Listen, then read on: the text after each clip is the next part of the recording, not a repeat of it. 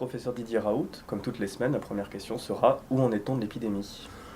Nous, ici à Marseille, on voit qu'elle est en train de disparaître avec un seul cas hier détecté, malgré le fait qu'on ait testé plus de 1200 cas. Donc on voit bien que les choses sont en train de s'arrêter. La forme ici a une courbe en cloche. Cette cloche à Marseille, peut-être du fait que nous avons systématiquement diagnostiqué, traité les gens, qu'on sait que le traitement diminue la durée du portage viral. Elle a duré, la cloche a duré en moyenne la moitié moins que ce que l'on voit dans la plupart des pays. Et la France et l'Italie ont une durée moyenne qui est plutôt plus longue que celle de la moitié des pays. Mais enfin, elles ont la même tendance et on voit que un peu partout, les choses sont en train de s'arrêter, qu'il s'agisse des cas détectés, à condition de les avoir. Nous, on a tous les cas détectés, mais les cas hospitalisés en réanimation, les morts, ça sera un peu plus long parce que malheureusement, il restera quelques morts qui sont actuellement en réanimation, qui vont apparaître. Et on voit que cet épisode-là est en train de se résoudre et qu'il n'y a nulle part de deuxième vague ou d'autres chameaux. C'est la courbe banale. Il y aura quelques cas sporadiques qui apparaîtront ici ou là. Éventuellement, s'il y a quelqu'un qui est super contagieux, il y aura quelques cas autour de lui, mais tout ça ne traduit plus une dynamique épidémique. Voilà. L'épidémie est en train de se terminer. Concernant les choix thérapeutiques qui peuvent être faits, qu'est-ce qui peut aujourd'hui les éclairer et quels essais et conduits pourraient aujourd'hui éclairer encore davantage les actions à mener? Déjà, ce qu'on voit, c'est que dans une épidémie comme celle-là, il y a des choses qu'il ne faut pas oublier. En particulier, c'est une épidémie avec un virus qu'on ne connaît pas, donc qu'on ne connaissait pas. Donc la plupart des spéculations qu'on avait faites sur ce virus étaient fausses. C'est une maladie différente, bien qu'elle soit une maladie respiratoire des autres.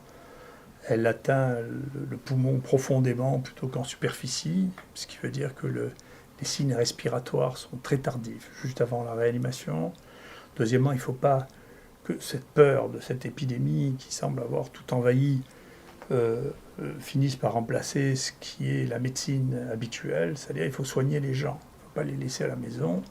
Et d'ailleurs, c'est une leçon qui vient d'être donnée à la fois en Islande et en Suède, où ils ont des taux de mortalité très bas, et ils mettent en priorité le fait qu'ils ont fait du soin. C'est-à-dire que si vous soignez les gens, même si vous n'avez pas le médicament précis qui permet de tuer le virus, ils vont mieux à la fin, il y a moins de morts. Je vois, nous, dans nos taux de mortalité, dans les gens qui étaient hospitalisés à l'IHU, c'est de 0,8%. Alors si vous utilisez en plus le traitement dont on pense qu'il marche le mieux, vous diminuez encore cette mortalité, en particulier chez les sujets les plus vulnérables.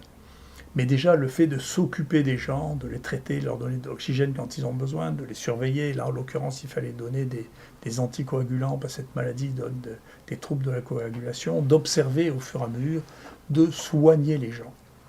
On ne peut pas, dans une épidémie, dire on ne soigne pas les gens.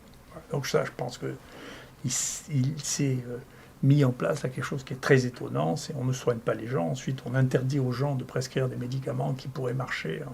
Interdit aux médecins de le faire, ce qui n'empêche pas les gens qui étaient les plus riches et les plus fortunés de trouver comment se soigner quand même.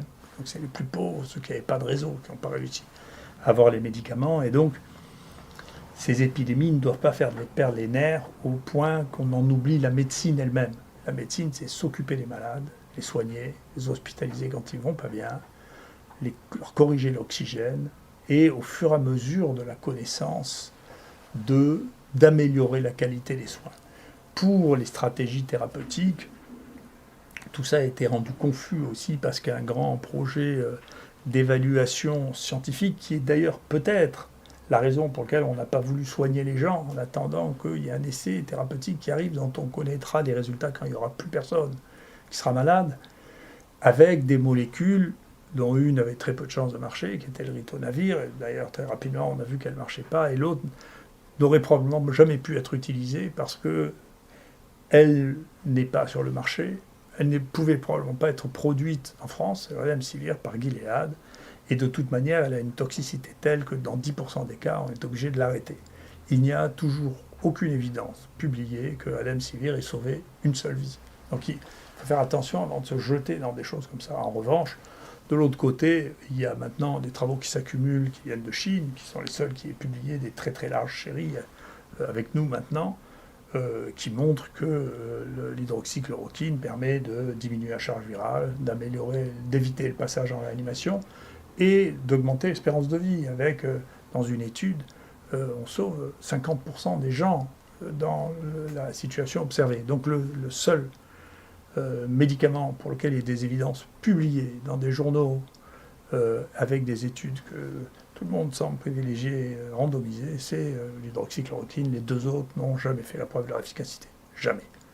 Donc, pour remettre un peu les choses, le truc, je sais bien que c'est les journalistes maintenant qui font les analyses scientifiques, mais c'est pas comme ça. Voilà.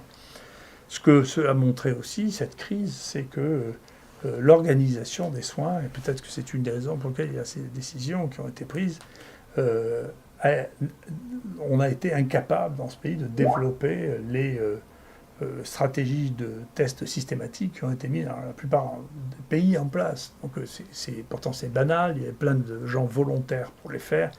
Il y a eu une tentative de monopoliser la capacité à diagnostiquer les gens qui est très profondément anti-médicale, encore une fois.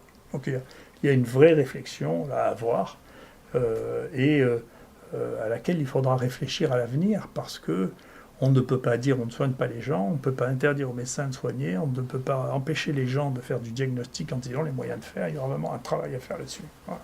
Et enfin, dedans, la vraie leçon, c'est que pour les nouvelles maladies, il faut être prêt, il faut être rapide, il faut être organisé, et il faut avoir l'esprit ouvert, parce que cette maladie nous a appris une quantité de choses sur l'atteinte respiratoire, sur la coagulation.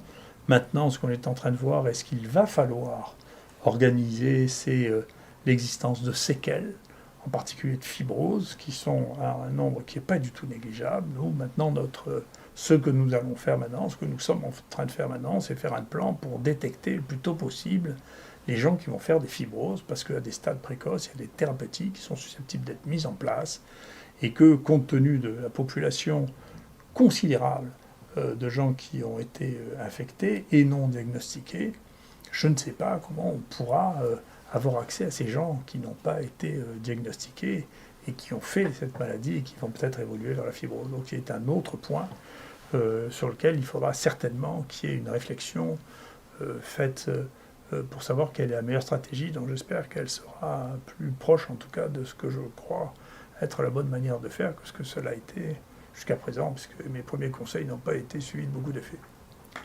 Merci.